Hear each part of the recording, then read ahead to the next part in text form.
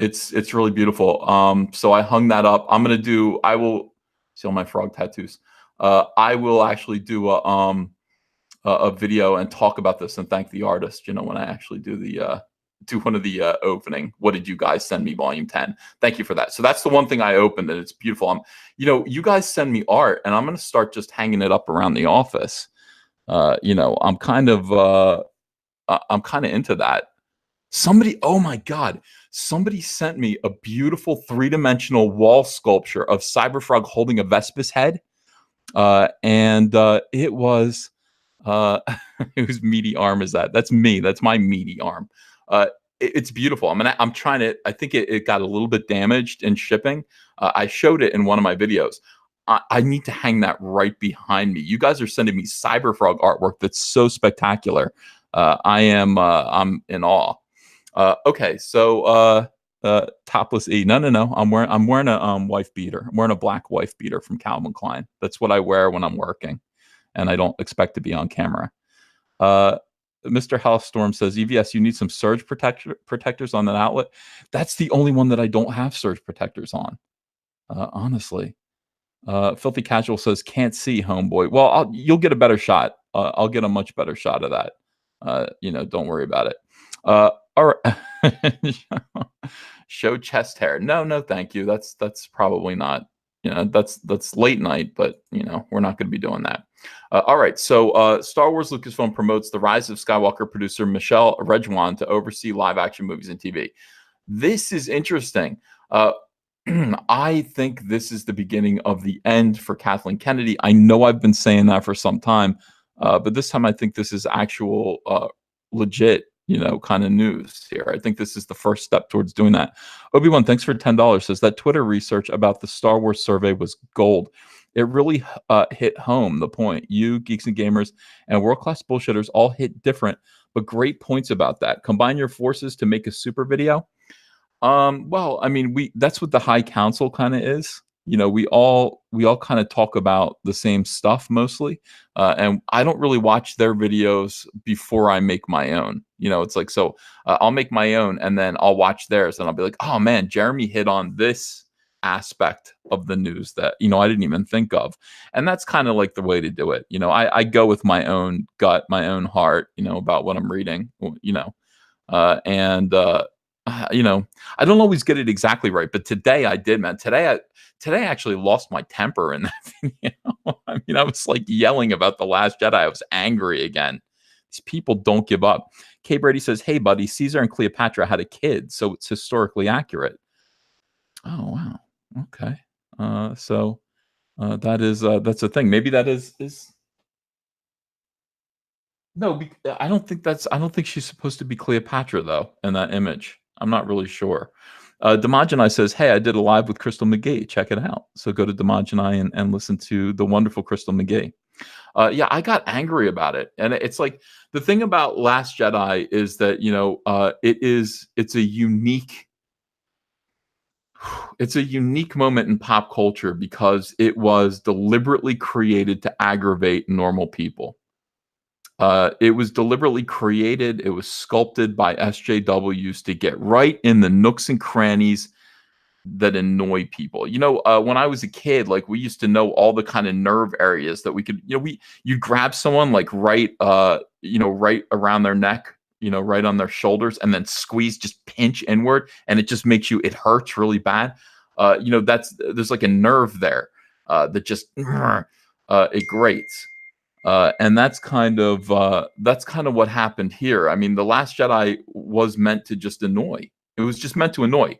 And the fact that these people still to this day are defending this movie when it has been roundly rejected by the entire Star Wars fandom. For the most part, it's been rejected by, I will say, the entire Star Wars fandom. And you can tell that because you can see the consequences that this movie has had on other Star Wars movies subsequent to that, other Star Wars projects. It's going to take a long time to get the train back on the tracks again. And these people still are doing pseudo fake research, projects where they're just like, well, we just want to essentially prove that everyone who hates The Last Jedi is a bigot of some kind. It is absolutely astonishing. It's like, give it up already. You've lost this battle. SJW's lost this battle. They tried to sneak one in. They tried to sneak in some little bit of obnoxious propaganda underneath the noses of Star Wars fans who have been enjoying this franchise for 35 years. We rejected it, a-holes.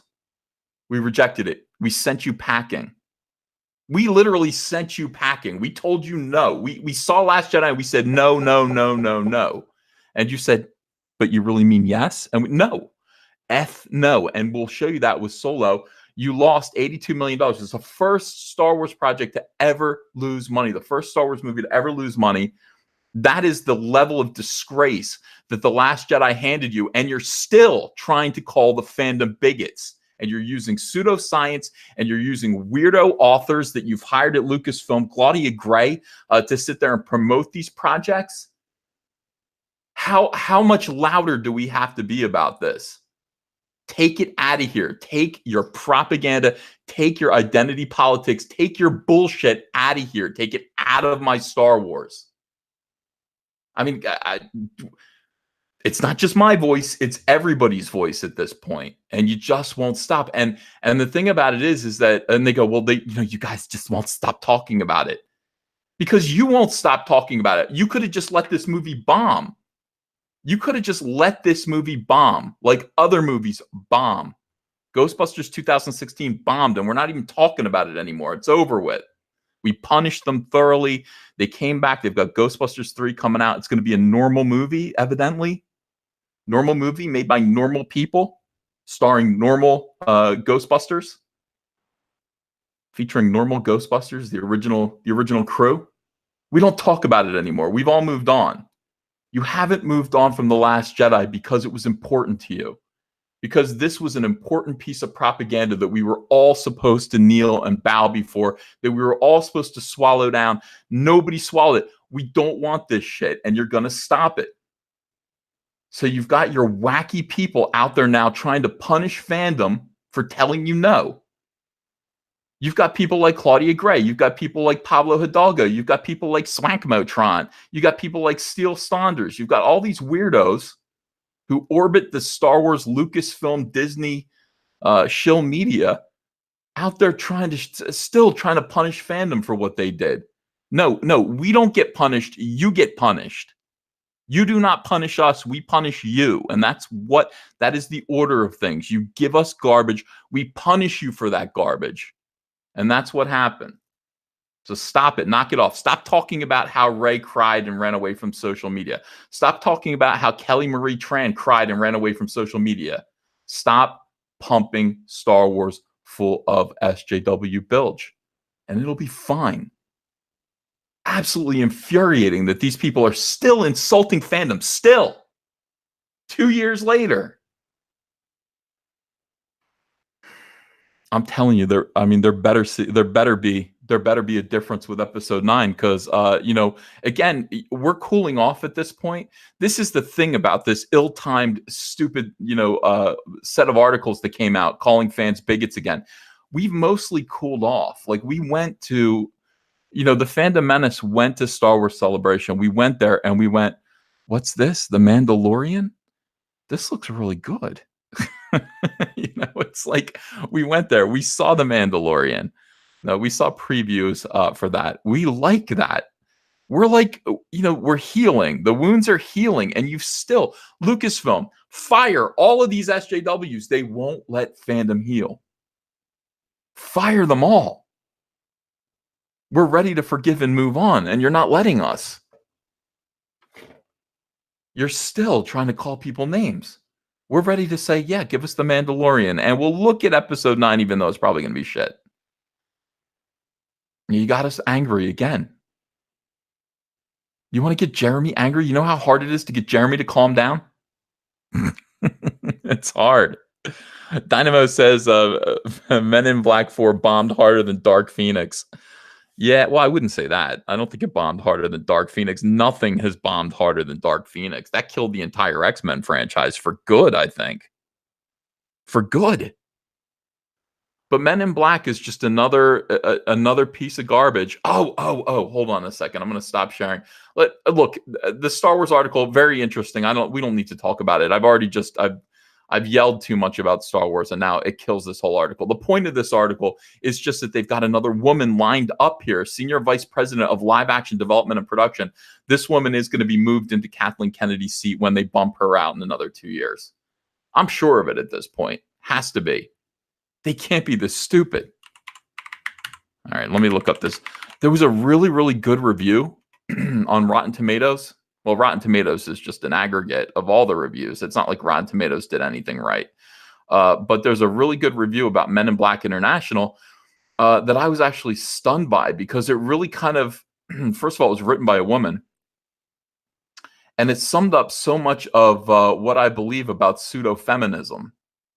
All right, let me see if I can find this review again. I don't know if they add new reviews and kind of move things around. I don't know how this works here. View all critic reviews. 245 reviews. All of these reviews are garbage. It's just, splat after splat after splat. Let me see here. What's today anyway? I mean, let me see. Jump. 25 pages of reviews? Why is it like this? Why are there 25 pages of reviews? How am I supposed to find? All right, hang on a second. You guys have to be patient with me as I find this excellent review. Because here it is. I found it instantly. Written by Marianne Johansson. All right, let me share this. God, some people write great reviews. Skip ad. This is why is it? God, you mother effer. Hold on. You guys, I'm so sorry. I am a professional.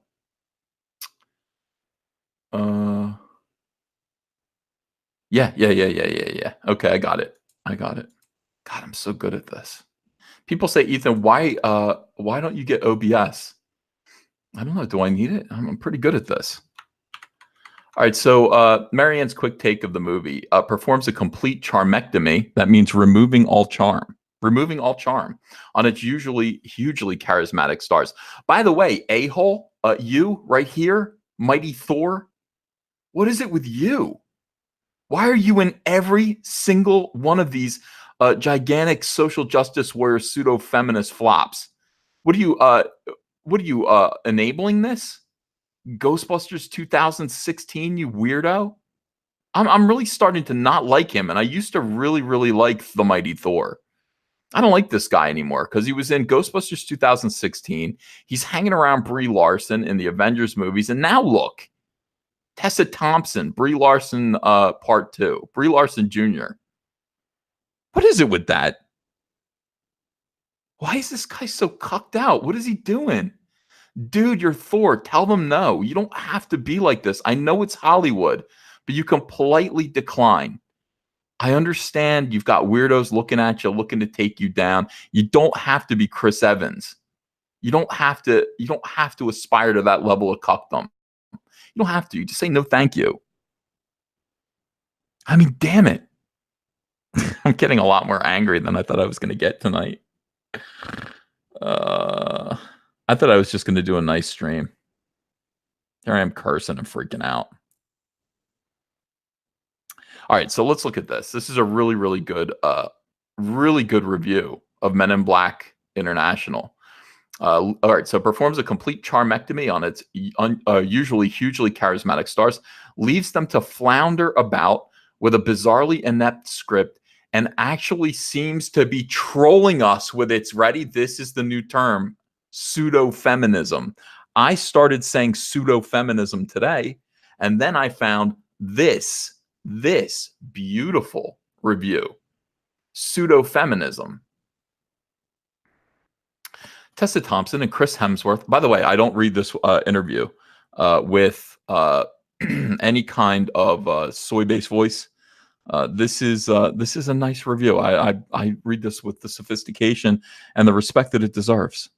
It deserves respect. Tessa Thompson and Chris Hemsworth had such delicious comic chemistry in Thor Ragnarok that I was super psyched. Don't say super psyched. That's SJW. Oh my gosh, I'm super psyched. You're not super psyched to hear that they would be co-starring in a sequel to reboot of the Men in Black franchise. The 1997 original is surely one of the great studio comedies. I wouldn't say that. I really wouldn't. One of the great studio comedies? It's up there with, Independence Day. It's like, well, I mean, it was okay in the 90s. It's just, if they hadn't have made so many, like, if they hadn't have made a studio ride at Universal Studios, this movie would have been forgotten. The second one bombed, really. It's okay. It's just not, when you call it a great studio comedy, it's not. It was a popcorn flick that went over pretty well. And without question, one of the best science fiction comedies ever. Richard Wetfist, thanks for $2. Yummy chemistry. Taste buds were moist with love. Well said. All right, so and perhaps the toughest genre crossover to pull off.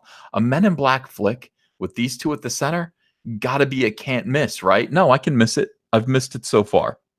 Most people are going to miss it. Wrong. It's shocking. It's shocking in all the ways. All right. It's shocking all the ways in which Men in Black International squanders absolutely everything it had going for it. That begins with how it mysteriously performs a nearly complete charmectomy on its usually hugely charismatic stars, moves on to leaving them to flounder about with a bizarrely inept script written by an SJW feminist soy boy pussy, and actually seems as if it might be trolling us with its pseudo-feminism. Pseudo-feminism. I mean, look, Thompson's newbie Agent M, look at her, wonderful, on probation during her first case, is literally brilliant. A genius hacker. Oh no, Thompson, this is about 10. Okay, all right. This is what SJW men do. This is what soy boys do. They do it at Marvel. They do it anytime they have to write a female character these days. You get a soy boy, pseudo-feminist,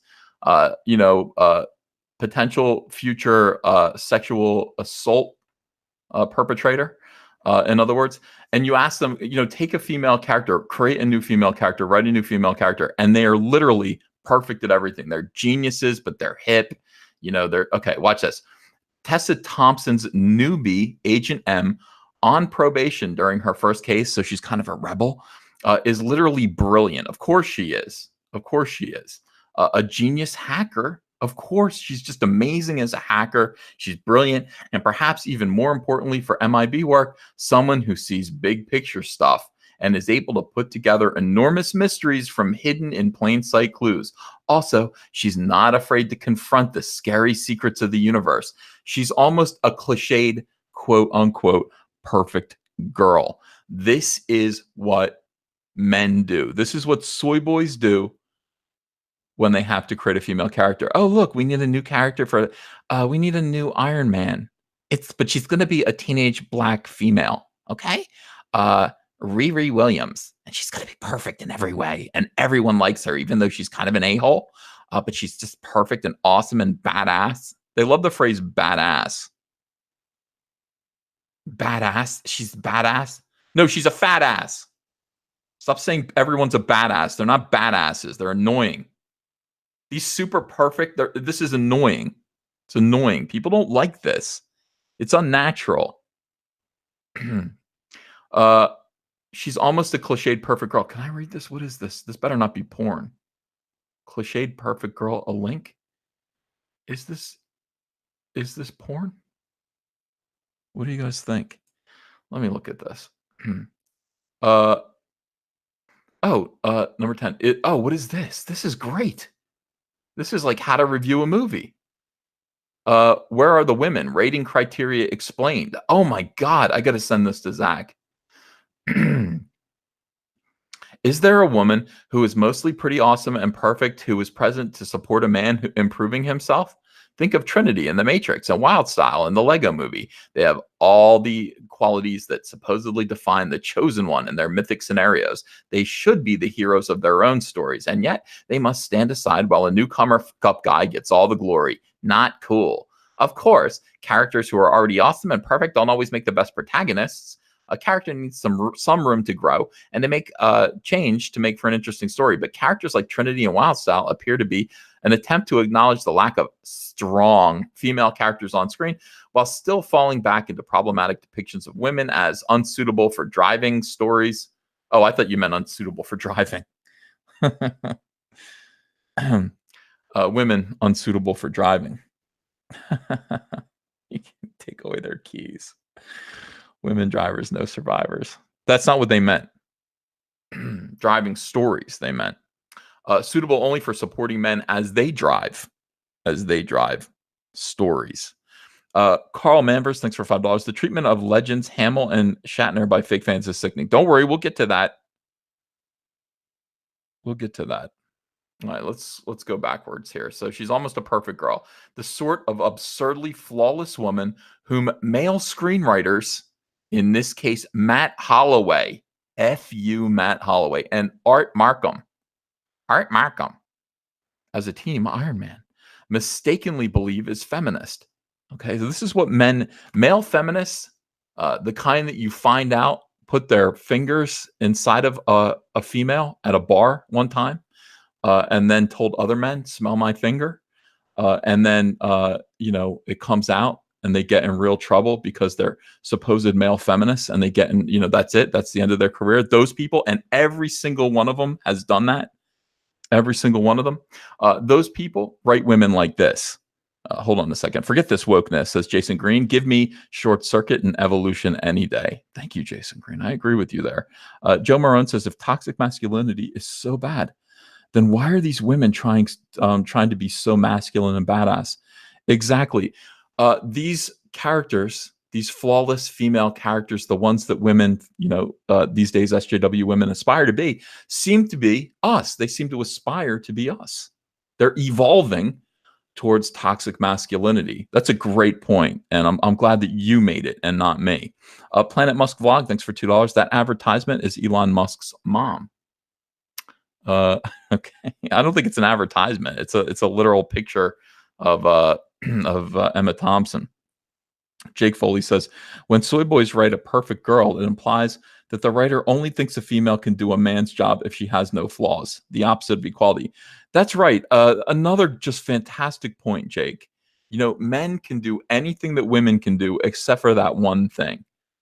Even when we're flawed, women have to be perfect to do the things that we can do as fuck ups, except for that one thing. So I try to tell my son this. I tell all the boys, that I mentor at the youth group. I don't mentor anyone. Big Brother Association. I tell them all. I say, look, fellas, I want you to understand something. You can do anything a girl can do, probably even better. You can do anything a woman can do better than her, except for that one thing. That's not your fault. That's God. God did that to you. But you can do anything, and you can be a complete F up, and you can do anything that a girl can do. Sometimes, mostly even better. And it's encouraging to people. It's a message that I think needs to get out to more young men. I'm doing my part in that regard. Itchy Cinco says in soy boy voice, Bush, really, Ethan? LOL. You're my favorite anti-SJW. Found out about you from watching Tug, TSWAG, and Ricada. You got these SJWs pegged. Hey, man, it's my pleasure. I love it. Absolutely love what I do. Darth Gavel says SJWs are the bullies of society. Yeah, they are. And they're all, I know it turns out they're all kind of corrupt. And that's the thing. That's the thing. But they are, they're all the same. So that's the fortunate thing. You are able to peg them and figure them out. All right, look at this. Matt Holloway and Art Markham mistakenly believe is feminist. They think that in order to be feminists, they have to present strong women as utterly flawless, amazing, super perfect, just robots, because they can't just depict women as actual human beings. Women are people. Women are human, messy and messed up, almost always messy and messed up, confused and damaged. Every single one I've ever met, except for Andrea, your Aunt Andrea, who is perfect in every way. like men are. This is the essence of feminism. Anyone who thinks that feminism means women are perfect is not only a feminist, but is also a deluded idiot and probably a rapist. I added that part, but it's true.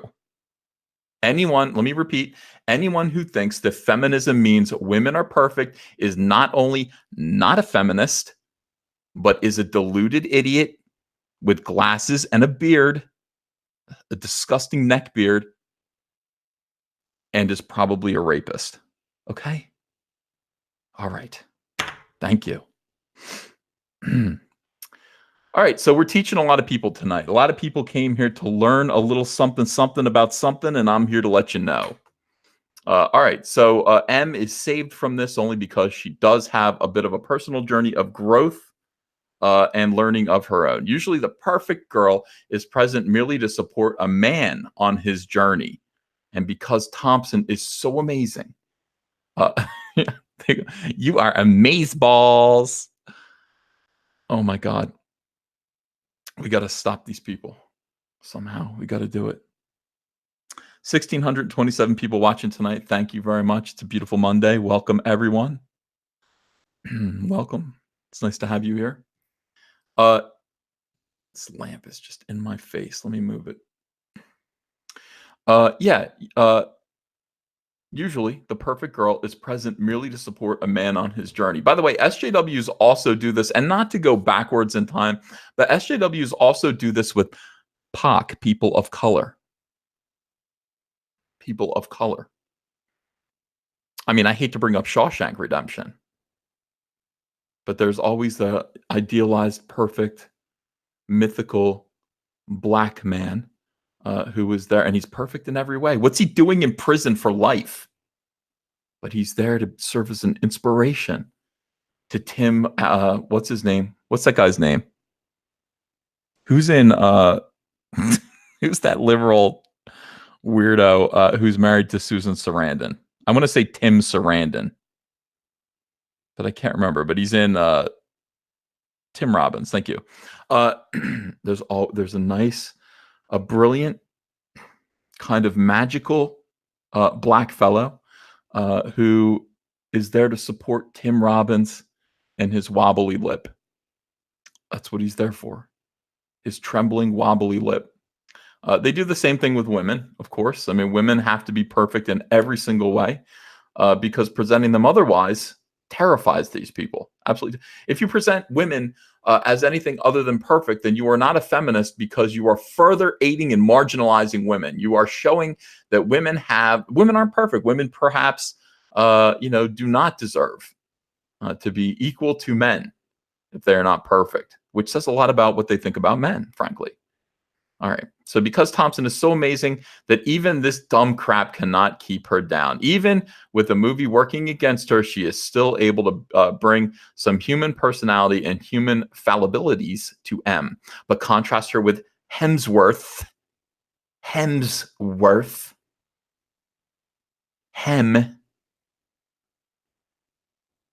Hemsworth. I'm getting very suspicious about Hemsworth at this point. Thank you. Everybody's out here letting me know, giving me the support that I need. When I cannot remember something, which is almost always, you guys are right here. You're right here to give me the answer. Everybody in the chat's like Tim Robbins. Tim Robbins, Ethan. It's Tim Robbins. He's the social justice warrior, liberal weirdo that you're thinking of. The one that's married to Susan Sarandon. He's the one. I'm like, thank you. You're right about that. Thank you. I haven't heard him cry about Trump lately. I don't know what he's doing. Chris Hemsworth, Agent H, whom M is partnered with for no real reason beyond plot convenience. It doesn't take long for M to peg him accurately as vaguely inept. All right. Now, again, this is men writing this. These two fellows here, where are they? Matt Holloway and Art Markham. Art Markham sounds like a game show host from the 70s. Hey, I'm Art Markham. Welcome to Family Feud. I don't know. Art Markham. these guys, of course, they're going to write women as perfect, women as smarty pants, women as smirking and sneering at the idiot, bumbling men who surround them. So Chris Hemsworth is in this script that he's accepted to perform vaguely inept, arrogant, reckless. Another character more succinctly tags him as a jackhole. A jackhole. He is someone who seems to constantly fail upward. See, do you see the irony of all of this? This is ironic. Failing upward with the support of other white men. There is real room in this movie for this to have been treated satirically, except no one involved appears to have even realized what they had. This movie is a terrific example of how, just as you cannot deploy feminism without knowing what you're doing, you can also not deploy diversity without knowing what you're doing. You idiots don't know what you're doing. I do. I know how to deploy all of these things. Feminism and diversity, perfectly packed up like a parachute. I pull the ripcord. Diversity deployed. Feminism deployed. How do I do it? I write excellent women like Heather Swain. How do I do it? I create excellent characters when it comes to diversity. Excellent characters like Dust, the first Muslim X-Men that I created. Dust. Kamala Khan. Suck it. Dust came first. I don't even know why you exist. Dust came first.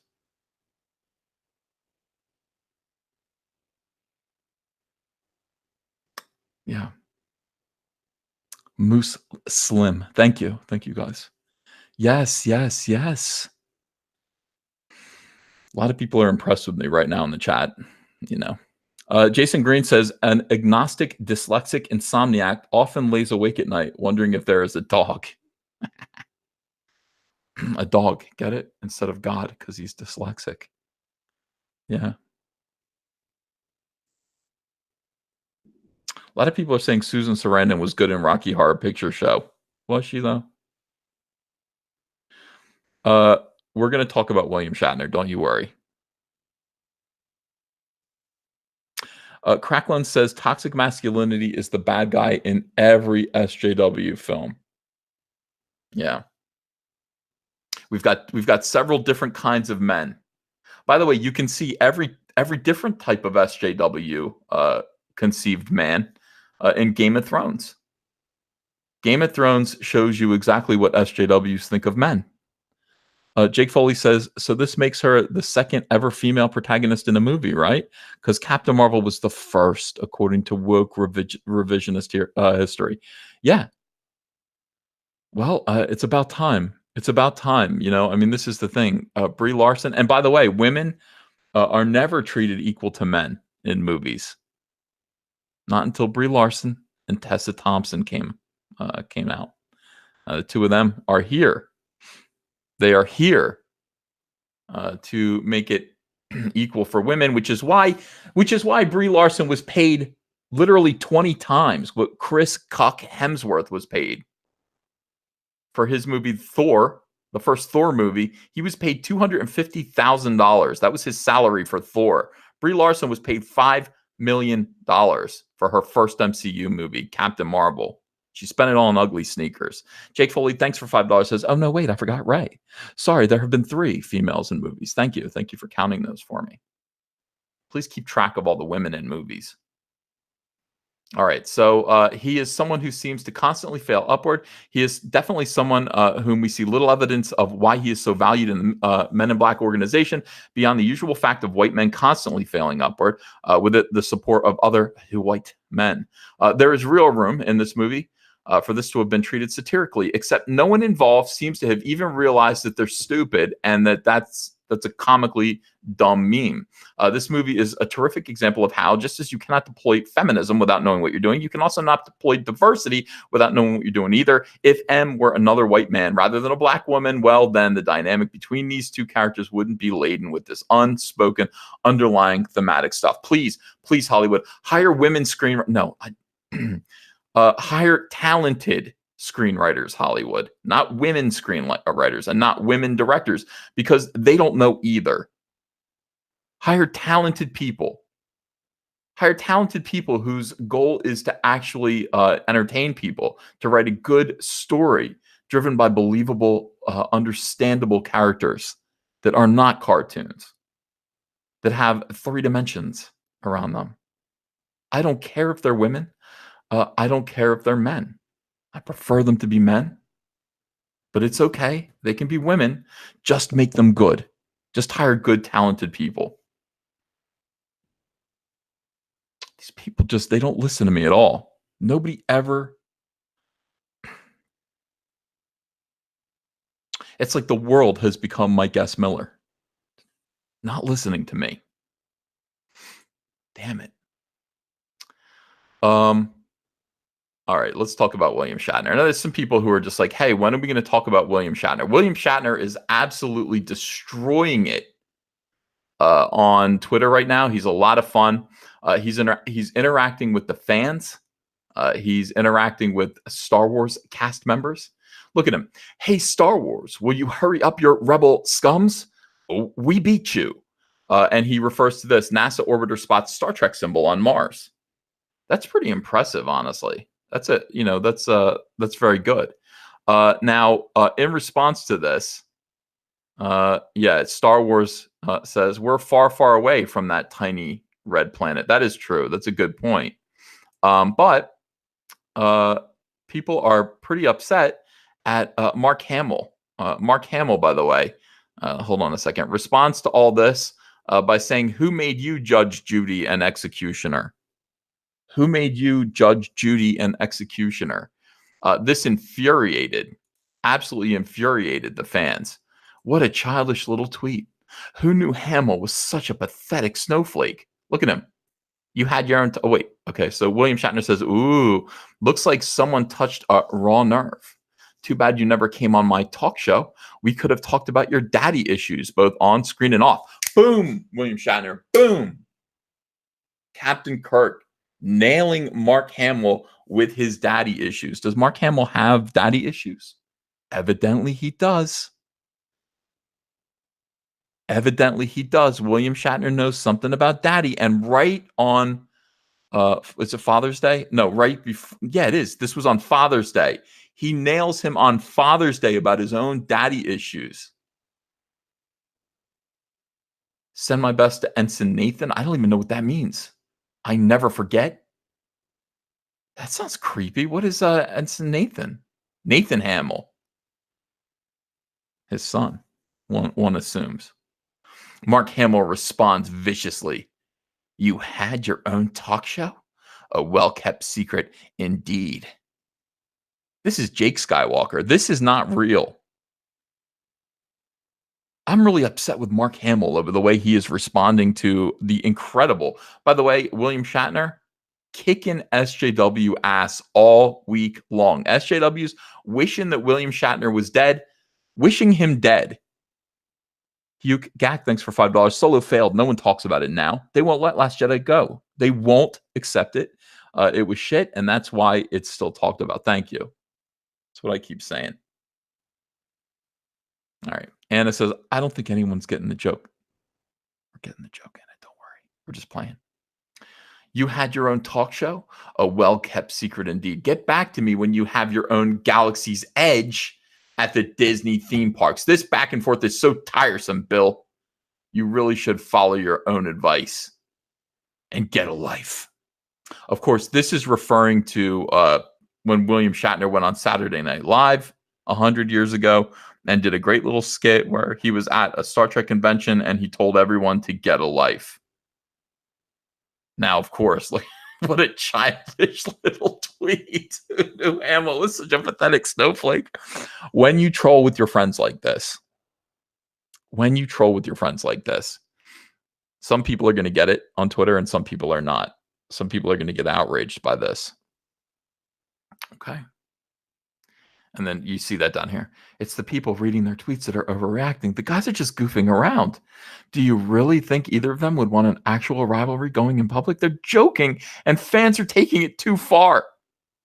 These fans are taking it way too far. Play nice, boys. Some people are getting it. Some people are not getting it. Anna's quite right. Yeah, Bill, you're a jerk. A lot of people saying you're a jerk. And Bill says, William Shatner, Mr. Shatner says, yet you follow me. What does that say about you?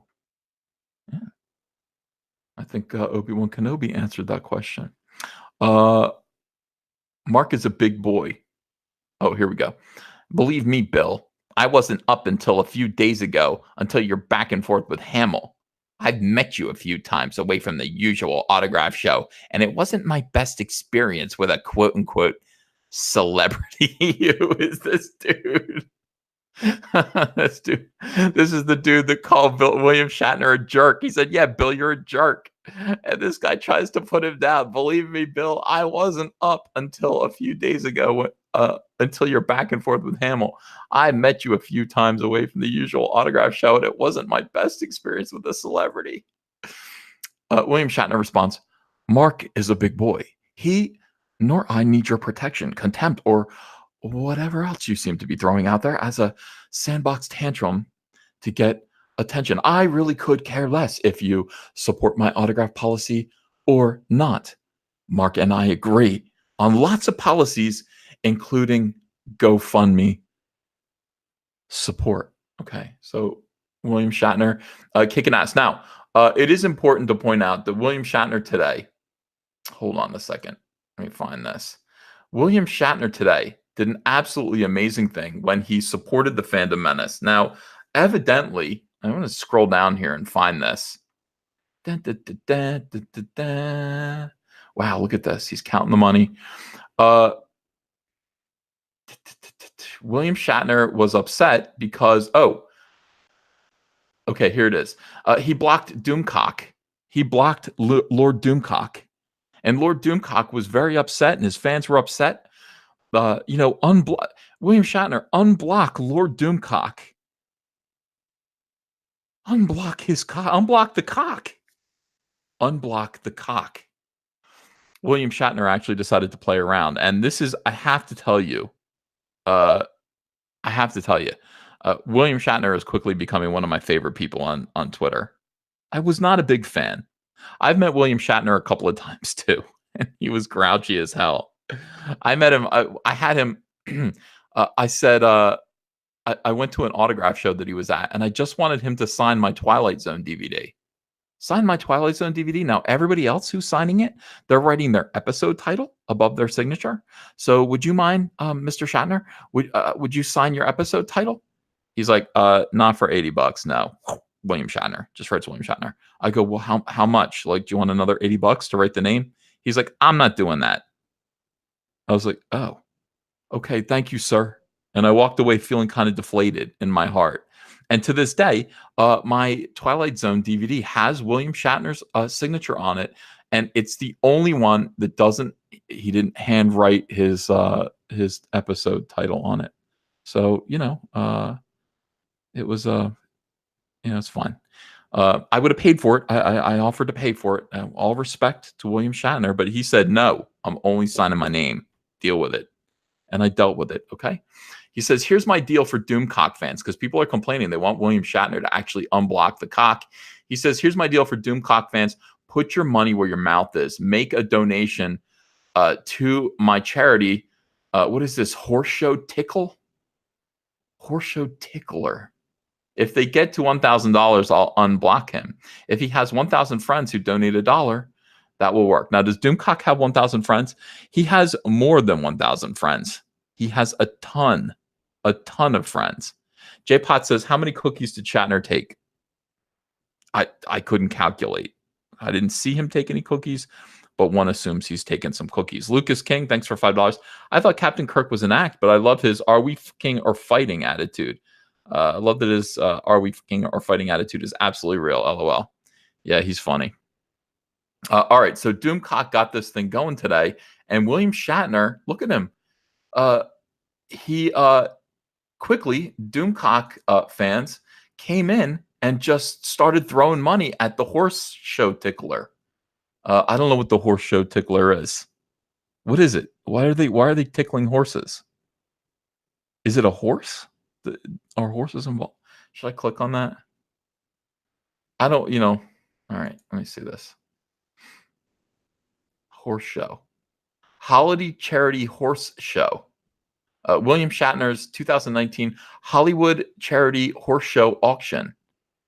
Thank you for signing up to bid in my silent auction or buy tickets to my charity dinner.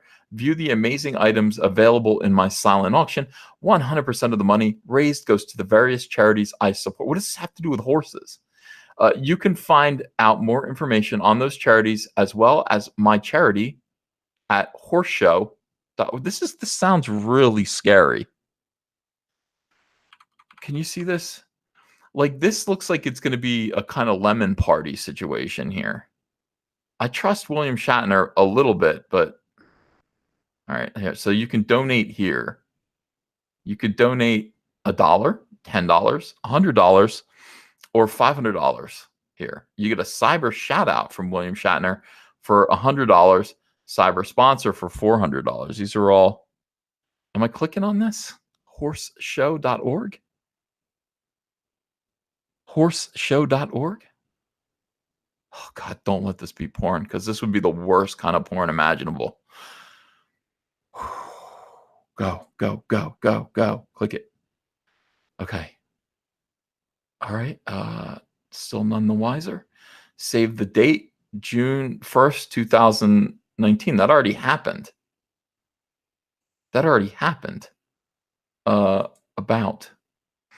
It was back in the late 1980s that William Shatner first watched an exhibition by children who were so severely handicapped that some of them could not hold their head up. Yet they were going through intricate exercises on the back of a horse. The program was sponsored by Ahead with Horses, a therapeutic riding group for handicapped children.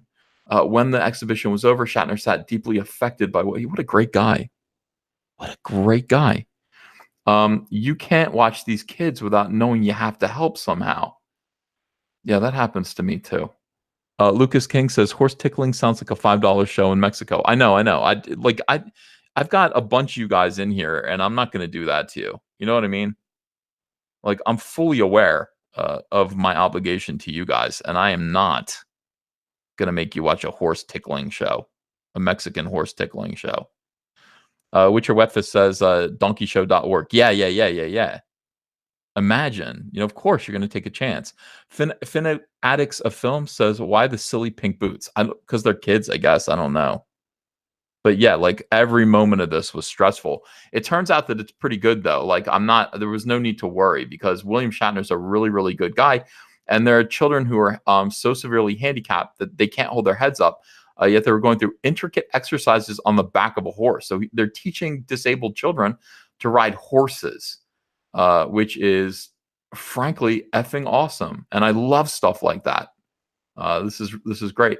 So in March of 1990 came the birth of the first Hollywood charity horse show.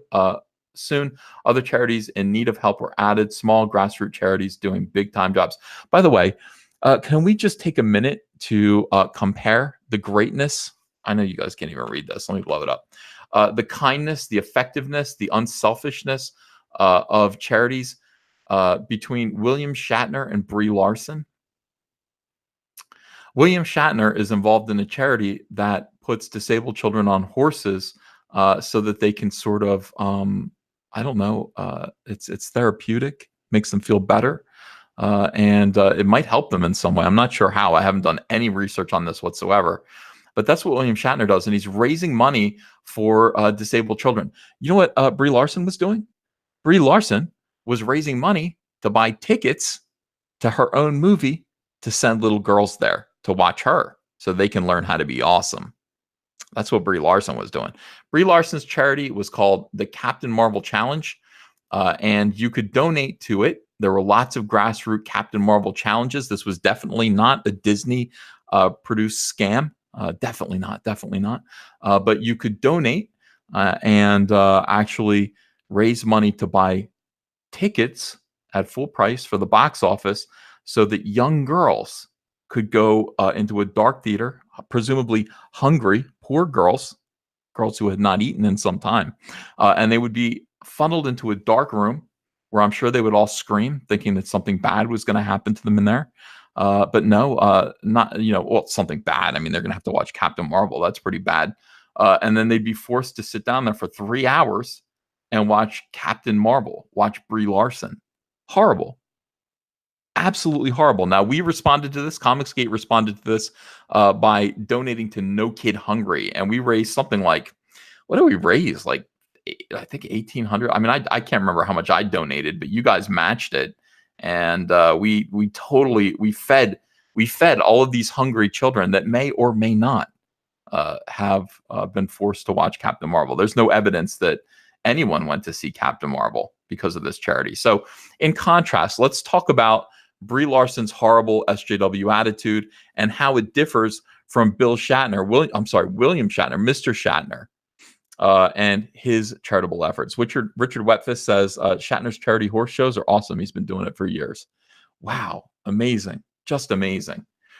Today, the Priceline Hollywood Charity Horse Show, sponsored by Wells Fargo, is an ongoing event that garners national press coverage. On one special Saturday evening each year, William and Elizabeth Shatner bring together world-class reining horses and riders in breathtaking slides and spins as they compete for top honors in their respective classes. Then, as the sun sets, the much-anticipated auction and music show put on by headline groups such as Brad Paisley, Ben Folds, Lyle Lovett, Willie Nelson, Sheryl Crow, Randy Travis, Vince Gill, Winona Judd, and Neil McCoy kick off right after an amazing array of food and fun. For those unable to attend the event, Mr. Shatner has cultivated a unique set of offerings for an online silent auction. Oh, I wonder what they are.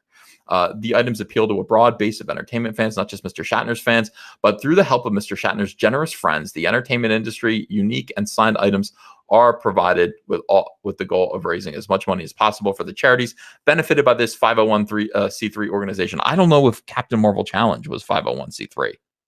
I don't know. I've seen no evidence of that. And yet when I challenged the Captain Marvel Challenge, I was called a racist and a bigot.